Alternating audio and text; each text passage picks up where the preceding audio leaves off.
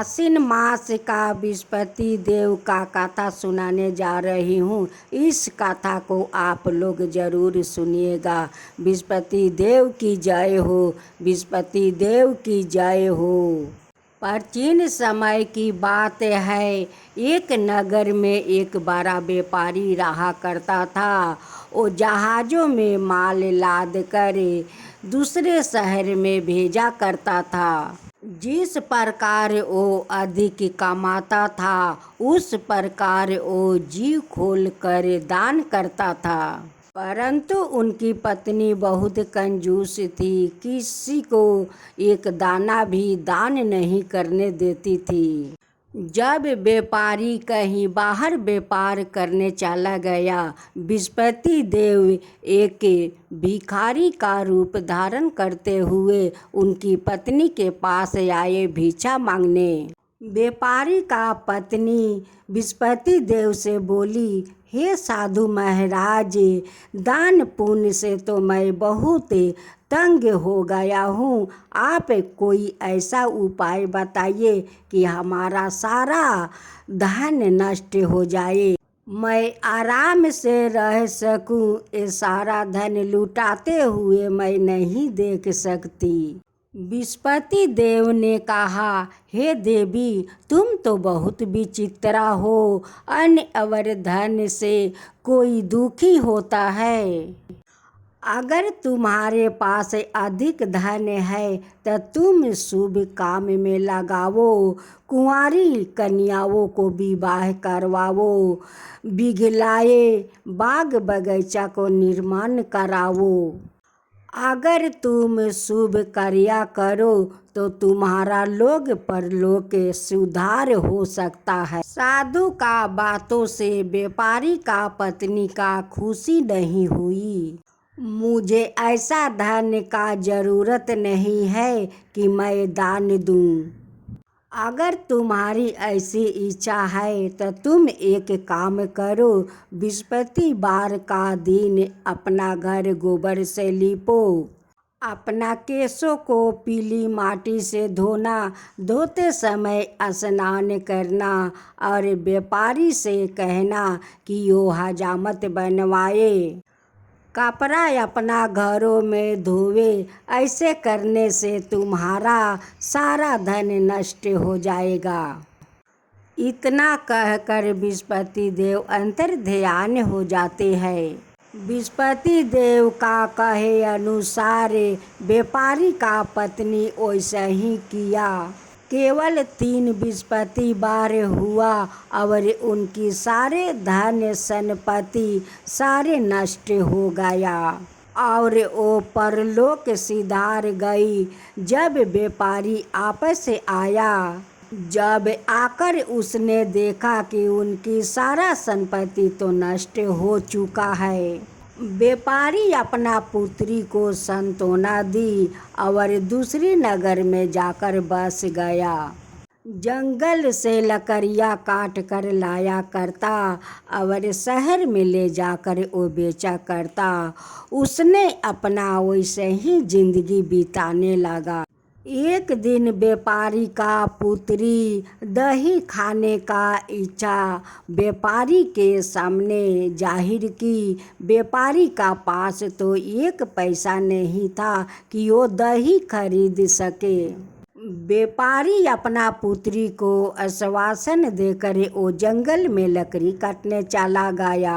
एक वृक्ष का नीचे बैठ जाता है और अपना दशा पर विचार करके वो रोने लगता है। उस दिन बृहस्पतिवार का दिन था। उस दिन बृहस्पति देव अपना साधु का रूप धारण करते हुए सेठ का पास जाते हैं और कहते हैं कि ये मनुष्य, तुम इस जंगल में क्यों बैठे हो? व्यापारी कहते हैं कि महाराज, आप तो सब कुछ जानते हैं। इतना कहकर व्यापारी अपना कहानी सुनाकर वो रो पड़ा। बृहस्पति देव कहते हैं कि देखो बेटा, तुम्हारा पत्नी तो बृहस्पति देव को अपमान किया है, इसी कारण से तुम्हारा इस हालत हुआ है, लेकिन अब तुम चिंता मत करो। गुरुवार का दिन बृहस्पति देव का तुम पाठ करो और 2 पैसे के गुड़ और चाना लाकर उस लोटा में और शक्कर डाल दो और अमृत प्रसाद बना लो। अपना परिवारों और कथा सुनने वालों में बांट दो।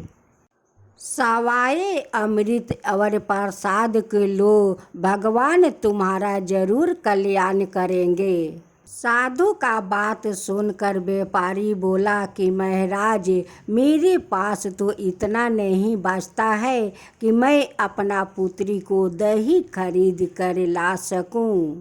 इस बात पर साधु बाबा बोले कि देखो, तुम जंगल से लकड़ियाँ काट कर शहर में ले जाकर बेचो, पहले से तुम्हारा अधिक चौगुनी मिलेंगे कि जिससे तुम्हारा सारा कार्य सिद्ध हो जाएंगे। जंगल में जाकर लकड़ी काटा और लकड़ी लेकर वो शहर में निकल पारा और शहर में ले जाकर बहुत अच्छे दाम में बिका गया। उसी से अपना पुत्री को लिए दही खरीद कर लाया और गुरुवार का पूजा हेतु वो गुड़ चाना सब कीन कर लाया। प्रसाद सबको बांटा और स्वयं प्रसाद को खाया। उस दिन से उनकी सारा तकलीफ दूर होने लगा। अगले बृहस्पतिवार का दिन वो कथा कहना भूल गया। अगले दिन एक राजा जगों का बड़ा आयोजन रखा। पूरा नगर वासियों के लिए भोजन का बंदोबस्त किया। राजा का अनुसार पूरा नगर का लोग उस राजा का महल में भोजन करने गए। व्यापारी और व्यापारी का पुत्री को जाने में थोड़ा विलम्ब हो गया। राजा दोनों को अपना महल में बुलाकर ले गया और भोजन करवाया। व्यापारी और उनकी पुत्री भोजन करके लौट आया। तब रानी जाकर देखती है उसकी टंगे हुए हार वहाँ से गायब है। रानी को संदेह व्यापारी और व्यापारी का पुत्री पर हुआ। व्यापारी और व्यापारी का पुत्री पर रानी को संदेह हुआ। रानी कहती है कि उनकी पुत्री मेरी हार चुराई है। राजा का अनुसार करवास की वो दोनों को कोठरी में कैद कर दिया गया। उस दोनों कोठरी में परे परे अत्यंत दुखित हुआ। व्यापारी ने बृहस्पति देव को याद किया। बृहस्पति देव प्रकट हो गए। प्रकट होकर उन्हें याद करवाए। उन्होंने सलाह दिया कि कैद खाने के दरवाजे पर जो तुम्हें पैसा मिलेगा, मुनका मंगवा कर बृहस्पति देव का तुम पूजा करना, तुम्हारा सारे दुख दूर हो जाएगा। कैद खाने के दरवाजे पर उन्हें 2 पैसे मिले। सड़क पर एक स्त्री जा रही थी। व्यापारी उसे बुलाकर कहते हैं कि बहन, मुझे गुड़ और चाना ला दो।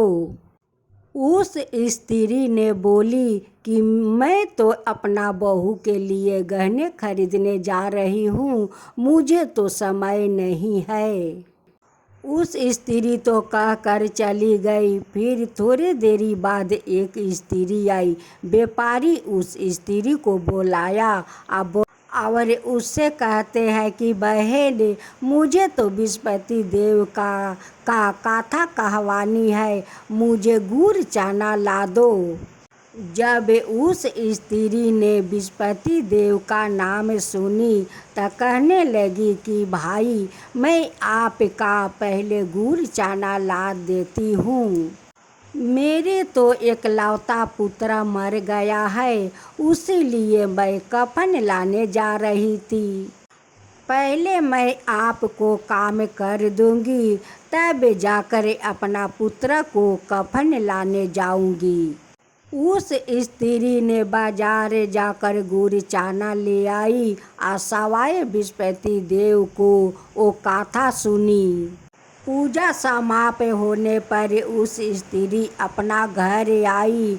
घर आकर देखती है सभी लोग राम राम सत्य है कहते हुए शमशान ले जाने के लिए सभी लोग तैयारी कर रहे थे। उस स्त्री ने कहती है कि मेरे पुत्र को मुख देख लेने दो। जब स्त्री अपना पुत्र को मुँह देखती है, उनकी मुख में उस प्रसाद और चनामृत डाल देती है। उनकी मुख में उनकी पुत्रा पुनः जीवित हो जाते हैं। जो पहला स्त्री बृहस्पति देव को निरादर किया, जब उस औरत अपना पुत्र वधू के लिए गहना लेकर लौट रही थी, उनकी पुत्रा घोड़ी पर बैठकर जैसे निकले वैसे घोड़ी ऐसी उछाल मारी कि उनकी पुत्रा धरती पर गिरकर मर गया। उस स्त्री ने रो रो कर बृहस्पति देव से क्षमा याचना करने लगी। बृहस्पति देव साधु रूप धारण करते हुए उस स्त्री के पास पहुंचकर कहते हैं कि हे देवी, तुम्हें विलाप करने का कोई ज़रूरत नहीं है। ये तो बृहस्पति देव को अनादर करने के कारण हुआ है। मेरे भक्त के पास जाकर क्षमा मांगो, तभी तुम्हारा मनोकामना पूरी होगी। उस स्त्री ने जेल में जाकर व्यापारी से माफ़ी मांगी और बृहस्पति देव को कथा भी सुनी।